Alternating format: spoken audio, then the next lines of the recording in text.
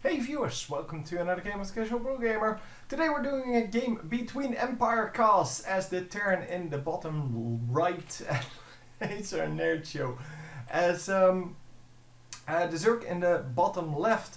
So yeah, this is a 1 versus 1. Obviously it is from the same tournament that I've been doing recently. I don't really remember the tournament name, but it is in the title, so you can check it there. And this is a best of 5, so this is game 1. I'm only going to do game 1 for today.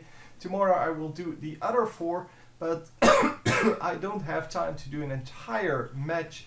So it is only one game for today. So stay tuned to the to the channel, I guess, to see the other games as well. Yeah, hopefully I will be able to do that tomorrow. It should be no problem. And well, we are going to see a scout going out. It's a pretty early scout, to be honest. It is probably not just a scout, it is probably going to be a barracks builder. And there you go. Yep, we are going to go out. That is why I said it is probably too early of a scout to be a scout. Yeah, well, we do have the Zerg player scouting around. He does realize that there might be something up, but he is not going to scout this. And oh, he is going to scout this. Why would you build on two sides of this mist? That is so silly. Oh man, I don't understand why you would build on two sides. I mean, having everything on one side kind of puts you in the position where you want to be, namely that your opponent has no clue what's going on.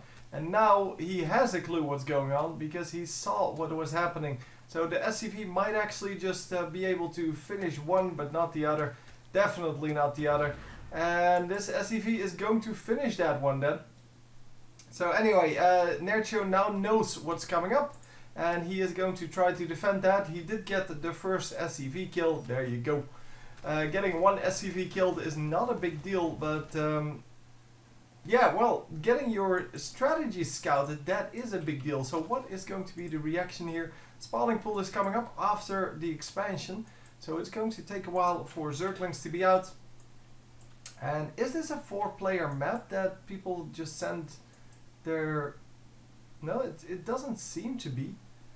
Because, well, if you spawn in the bottom left or bottom right, then you get 4 bases pretty close together. And if you would spawn anywhere else, you basically get only 3. So this can't be a 4-player map. So they must know where they are. So that scout was indeed just to see whether the Terran player was spotting something. Yeah, the standard approach to this follow-up, of course, is to, well, go for a bunker. This bunker is way too far out. It's not there to shoot at the base yet. It is there just to protect the next bunker that comes up, but it is not going to come up. And wow, a lot of surround going off. Most of the Marines are pretty low here. Yeah, well, all of the Marines are pretty low here. And there comes the cancel on one thing. But yeah, he does get into the bunker, and he is going to be able to poke down this bunker now, which is pretty awesome. Oh, no cancel on that. So yeah, he's going to walk one step further and then just attack this bunker, because there's no way that can well, this bunker can do anything against that. And wow, if he keeps doing that, he might actually be able to snipe this this spine crawler, but I don't think it will actually work out for him. Oh, one of the Marines goes down. You have to do it perfectly, otherwise you get your troops killed. And salvaged, very nicely played. At least he got the salvage on that one, so even though he messed up one of them, he got the other one, so that's still good. Anyhow, so what's the strategy now as a Terran player, you may ask? Well, you just invested quite a bit of money and time into getting those 2 barracks out, and they now have to fly all the way back to base. So it is going to be, well, expanding and hoping that you can actually hold off the next push. Because, well, obviously you don't really have anything. You have to fly these barracks back to base. You can't really build new ones because it's too expensive. And yeah, all you can do is just build a bunker and hope that you can actually hold this off. So we are going to upgrade, I'm assuming, No, we're not upgrading yet. He doesn't have any upgrade buildings yet. He doesn't have the add-ons, of course, on his barracks. So that is quite painful. But this is all because it got scouted. If this didn't get scouted, he didn't need to go in with just 2 Marines. He could have waited until he had 4. And with 4 Marines, it is way easier to get that bunker and to basically do stuff.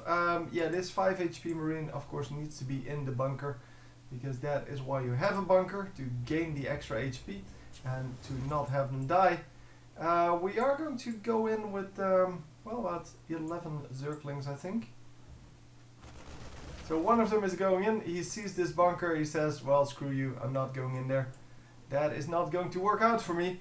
And, well, the Terran player actually holding off for now, getting a 3rd command center out here, and he is going to be able to catch up quite a bit because of those orbital commands. Orbital command, of course, it gives you extra minerals because of the mules, or you can scam with it, whatever you want, but normally it is for the mules. And we are going to go out, push out a little bit, just to make sure that there's no big trap of Zerglings waiting for us. And there was a little bit of a Zergling trap, but yeah, that was not going to be too much of a problem. Of course, Marines are pretty strong against Zerglings. They're not like the awesomest units against that, but Marines are kind of pretty medium against everything, so they're a good investment. Evolution chambers coming up, and we are going to get some gas geysers going. Yeah, extractors up, and the roach warren is coming up. So it is going to be roaches versus Marines. Roaches are very good against Marines. The Marines, as I said, medium versus everything, so also medium versus those roaches. They can take them down, it just takes some time. But roaches, of course, yeah, they have armor, which kind of sucks if you're a Marine and you only do 6 damage. If one of that damage actually gets negated by the armor, because yeah, that is like, I don't know, 16%. Yeah, so that's a 16% damage reduction just from that one armor. That, of course, kind of sucks if you're a Marine. We are going to burrow this spine crawler, but is it going to survive? Yes, it is. For now, he does focusing now. Yeah, it got 1 shot off. That is not good enough. The Marines marching in here, going to take out this base because there's nothing defending this except for some queens and, yeah, 1 Zergling apparently. Excellent, 2 Zerglings. Wow, they did get a Marine kill though. Yeah, the Zerglings are now streaming in, and now he may actually be able to do it. Although, yeah, they're not grouped up, so that kind of sucked. But, well, we are going to get our roaches out pretty soon. It's not up yet. He is upgrading the melee attacks, the ground carapace. And all in all, that should be good. So 3 more Marines go down, and these Marines are also going to go down because there are too many Zerglings. And some of these Marines were actually already low, and that, of course, well, kind of makes that the Zerglings can easily take them out. Wow, a tank shot doing massive damage there, but a great defense here by our Terran player. He knows he's still quite behind because, well, the Zerg has that 3rd base up, and even though he harassed it a little bit, he didn't get a whole lot done. I mean, as you can see, 3 versus 4 workers killed, that is not a big difference. Anyway, it is the difference is still in the advantage of our Zerg player. But that early push from the Terran player was kind of all in. So even though it seemed like he had some control here when he was trying to take out this base, there was no way he could just march into this base, to this natural expansion, and take things out.